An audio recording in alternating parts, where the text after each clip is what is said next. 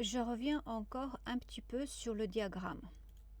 Donc, je vous ai dit que vous pouvez formater chaque élément à l'intérieur du diagramme, à savoir donner un titre, formater la légende, formater les étiquettes, la série de données, etc. Et chaque élément à part, par exemple ici, il n'y a que cet élément-là qui est sélectionné, je peux donc le formater. De la même manière, tous les autres éléments, je peux les formater un à un. Supposons que la couleur ne me plaît pas, je peux formater, etc., etc. Maintenant, par exemple, au sujet des étiquettes, je peux formater les sélections. Ce qui est affiché pour l'instant, c'est afficher la valeur sous forme de nombre. Après, vous pouvez aller chercher la police, effet de caractère, etc. Ce que je souhaite afficher, c'est par exemple la catégorie. Bien sûr, sous forme de pourcentage, pour moi ici, ce n'est pas utile, car dans ma base de données, j'ai déjà sélectionné la forme pourcentage. Vous vous rappelez la colonne D. Voilà, c'est noté ici. Mais je souhaite afficher par exemple le symbole de légende. Par la suite, je vais modifier peut-être l'orientation du texte et cette fenêtre-là va me donner un aperçu visuel. Après, évidemment, il ne faut pas en faire trop, sinon c'est illisible. Et voilà. Par contre, c'est pas trop visible, donc je vais peut-être supprimer la catégorie. Maintenant, idem pour la légende. Formater la légende. Bordure, remplissage, je vais, voilà, police, effet de caractère. Je vais regarder la position. Donc la position, par défaut, est à droite. Je souhaite que la légende s'affiche à gauche. Je clique sur OK et maintenant, c'est fait. Maintenant, je peux aussi insérer des titres, mes stats, et voilà.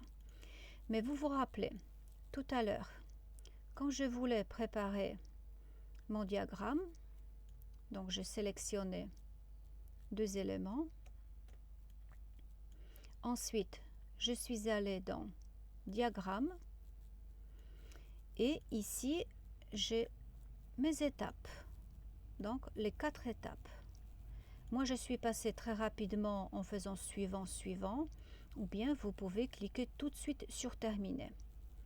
Par contre, si vous allez sur suivant, vous pouvez formater la plage des données, la série et les éléments du diagramme.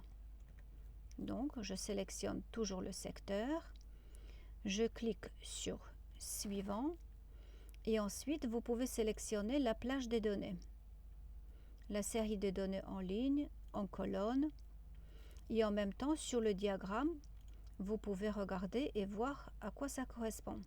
Donc ça ne va pas du tout par exemple. Première ligne comme étiquette, ensuite suivant. Et à cet endroit-là, vous pouvez voir la valeur Y, comme pour tout à l'heure. Je ne voulais pas avoir la colonne B, de B2 à B8, mais je voulais avoir de D2 à D8. C'est idem pour ici. Je sélectionnais la colonne E, d'accord, ce qui apparaît ici, de E2 à E8. Mais j'ai changé d'avis, je ne veux pas avoir E, mais par exemple, je reviens sur D, D2 à D8. Ou bien, vous cliquez ici, sélectionnez la plage des données. Idem, donc soit vous cliquez ici, soit vous pouvez modifier directement dans la cellule. Idem pour la catégorie. Soit on clique ici, soit vous sélectionnez dans cette cellule-là. Suivant, comme élément du diagramme, il me propose déjà de donner un titre, sous-titre. Par la même occasion, les axes vont s'afficher. Pour l'instant, les axes sont grisés, donc inaccessibles. Et vous pouvez à cet endroit-là savoir si vous souhaitez afficher la légende à droite, à gauche, en haut ou en bas. Donc je vais faire à gauche, je clique sur terminer. Donc la même chose, soit vous modifiez à partir de cet endroit-là, sinon quand vous passez par insérer diagramme, vous pouvez déjà prédéfinir un certain nombre d'éléments tout en sachant que vous pouvez les modifier par la suite.